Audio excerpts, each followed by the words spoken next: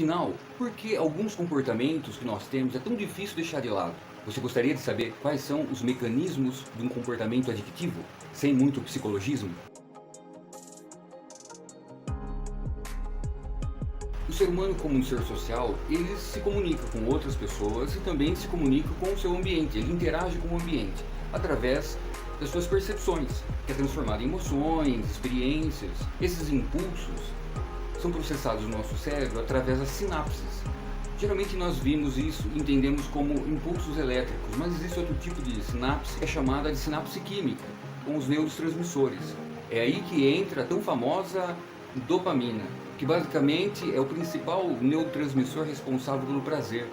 Esse sistema de recompensa funciona da seguinte maneira: a pessoa tem uma experiência que causa prazer, como o humor, como o esporte, como uma atividade sexual, ou algo gostoso que você come, onde o neurônio produz a dopamina, essa dopamina age nessa fenda e posteriormente ela é recolhida. A questão é que essa sensação é tão agradável que nós procuramos situações que causem prazer. No entanto, algumas pessoas acabam repetindo as mesmas sensações e com o tempo, com o excesso da estimulação desses neurotransmissores, a pessoa acaba tendo alguns comportamentos repetitivos. Daí encontramos, por exemplo, casos de pessoas que acabam repetindo alguns comportamentos e começa a se tornar um problema, como transtornos alimentares, compulsão por sexo, jogos e a tão temida dependência química, como o alcoolismo ou drogadição. A dependência desses neurotransmissores dopamínicos que causam o prazer acaba acontecendo um desajuste. Eu explico. Algumas substâncias, como alguns ansiolíticos, moderadores de humor e algumas drogas ilícitas, ocorre uma superprodução de dopamina ou então uma retenção, ou seja, o neurônio produz a dopamina, mas há um bloqueio, ele não consegue retrair novamente essa substância, causando um efeito mais intenso ou até mesmo mais prolongado. A adicção, uma vez instalada, o comportamento compulsivo tende a aumentar a frequência de fazer uso daquela ação que gera o prazer. Por isso vemos em alguns casos de compulsão, terapia medicamentosa prescrita por um médico tende a regular esse funcionamento dos neurotransmissores na produção de dopamina do indivíduo.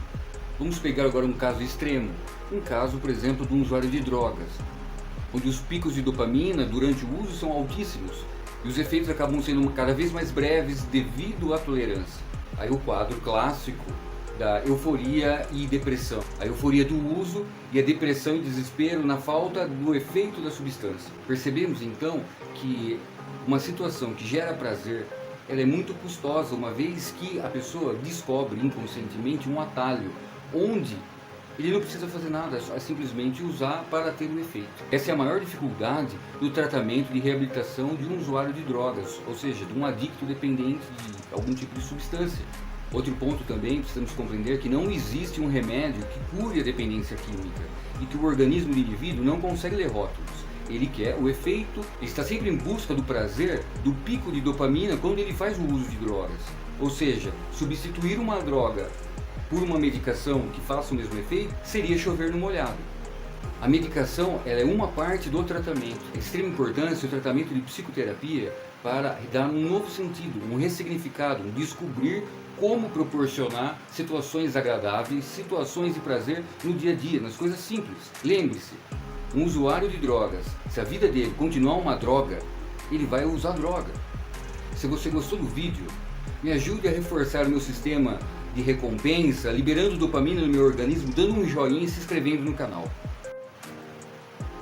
E se você quer se aprofundar um pouquinho mais sobre o tema adicções, uma leitura obrigatória é o livro Além do Princípio do Prazer, de Sigmund Freud, e Adicções, Vício e Paixões, de Gurfinkel.